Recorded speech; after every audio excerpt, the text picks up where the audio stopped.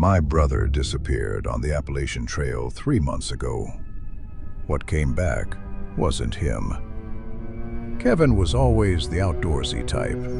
While I spent my childhood glued to screens, he'd vanish into the woods behind our parents' house for hours, coming back covered in dirt with this peaceful look on his face he never had anywhere else. Last spring, his life fell apart. Lost his girlfriend, his job, his apartment, all within 6 weeks. He moved back home, and watching him deteriorate was like watching someone fade in real time. The spark behind his eyes just went out. One night, I found him at 3 a.m., mechanically pulling apart a slice of cold pizza. It was the first time I'd seen him touch food in days. I suggested he go hiking, maybe do a solo camping trip to reconnect with himself. He just squeezed my hand, said he loved me, and shuffled back to his room. The next morning, he announced he was hiking the entire Appalachian Trail. Mom freaked out, but Kevin insisted. He said sitting in that bedroom was killing him faster than anything the trail could throw at him. Dad gave his blessing. After all, Kevin had been an Eagle Scout, a camping enthusiast his whole life. People do that hike all the time, Kathleen. If it were dangerous, no one would be bragging about it. Dad's words. I remember them exactly. Maybe because of how Kevin's face lit up when he heard them. 2 weeks later, we put him on a plane to Georgia. Mom was a mess, fussing over him like he was still a kid. Kevin just kept assuring her he'd check in once he reached the trailhead. Looking back, he seemed genuinely excited. If I'd known what was coming, I would have locked him in his room. He called the next day, right at the start. Even sent a photo to our family group chat. Him giving a thumbs up against purple-blue mountains. That slightly crooked smile on his face. Finally made it. Love you guys. Talk when I get better reception. For the first week, updates came daily. Photos of landscapes, occasional selfies captioned "Proof of Life." Then the messages slowed. Once a day became once every 3 days. Dad blamed spotty cell reception, which made sense. The messages never stopped completely. Then came the silence. 2 weeks without a word. We called the police, but they weren't concerned. He'd gone off-grid intentionally, they said. Sending search and rescue would cost thousands for what was probably just a guy enjoying the wilderness. They'd notify the ridge runners to tell him to call home if they spotted him. Mom was furious. I couldn't blame the cops, though.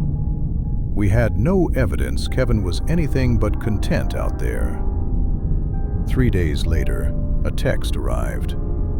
A photo of a sunset captioned, "Everything is okay here." That became our new normal.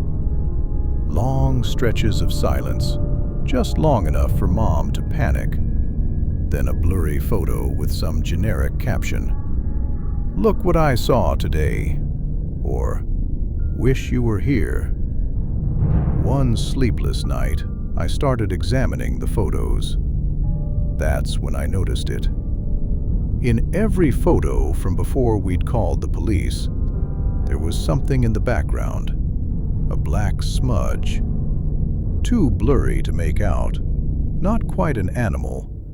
Not quite a camera glitch. Just there. Always there. In every photo after that text about "everything is okay," the smudge was gone.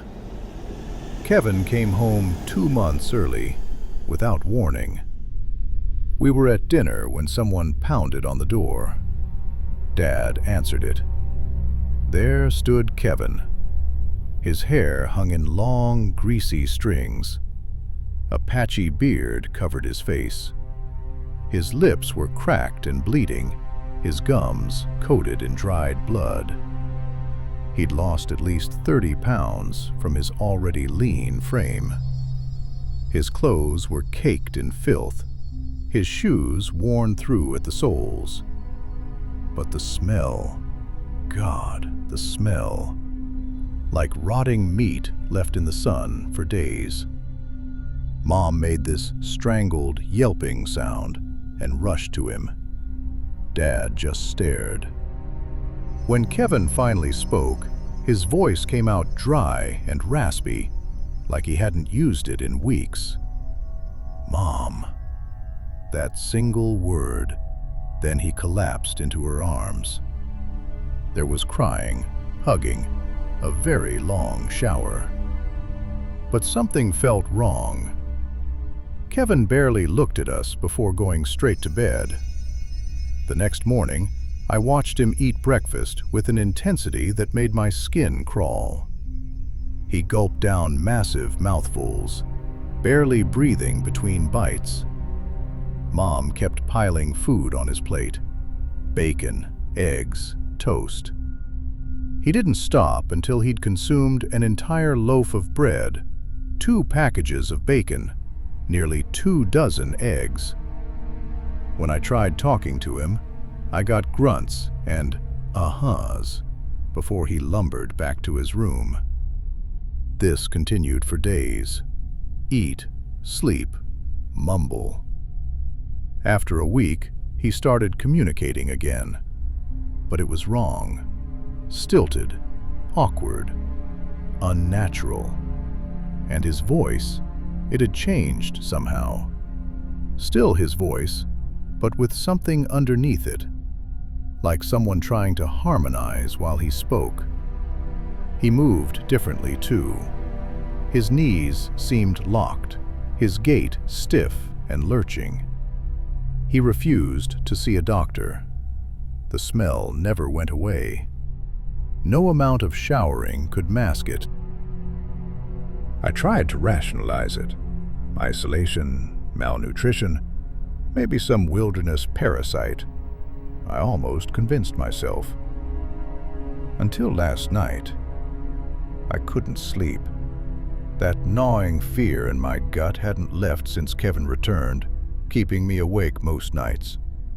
Around 2 a.m., I heard the back door creak open. I crept down the hall. Through the kitchen window, I could see into the backyard.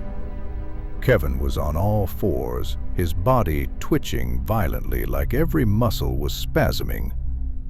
He widened his stance and thrashed his head toward the ground, out of my line of sight. I thought he was having a seizure. I ran outside to help him. That's when I saw what he was doing. His head was buried in the carcass of our neighbor's cat.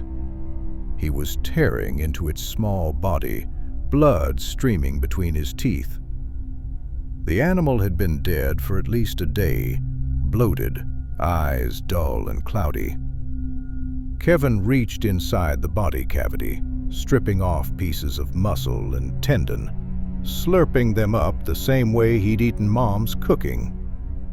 He pressed his thumb into the cat's skull, popped out one of its eyes, and tossed it back like a grape. I ran. Back inside, I locked the door. I was heading for my room when that death smell hit me, stronger than ever. I pushed open Kevin's bedroom door and stepped inside. Wrapped in his bedding were 20 or more decaying animal corpses. Rabbits, mice, squirrels, all in various states of decomposition.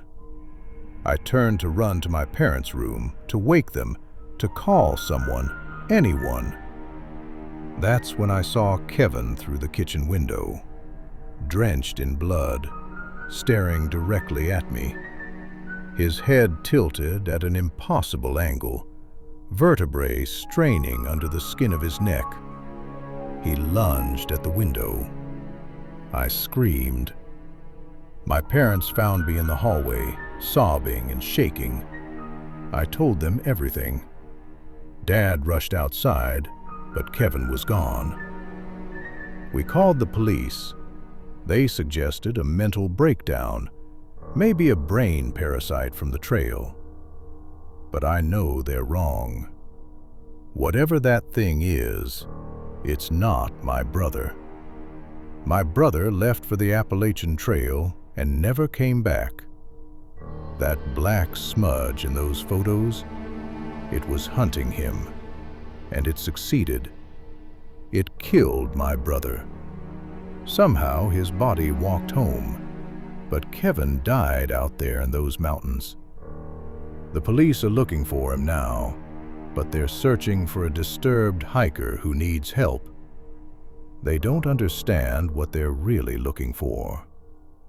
My brother disappeared, and I'm terrified of what happens when he comes back. Because 3 nights ago I heard scratching at my bedroom window, and when I looked, I saw Kevin's face pressed against the glass, that impossible tilt to his head, those dead eyes staring at me. And he was smiling, that crooked smile I used to love. But the thing wearing my brother's face, it smiled wrong.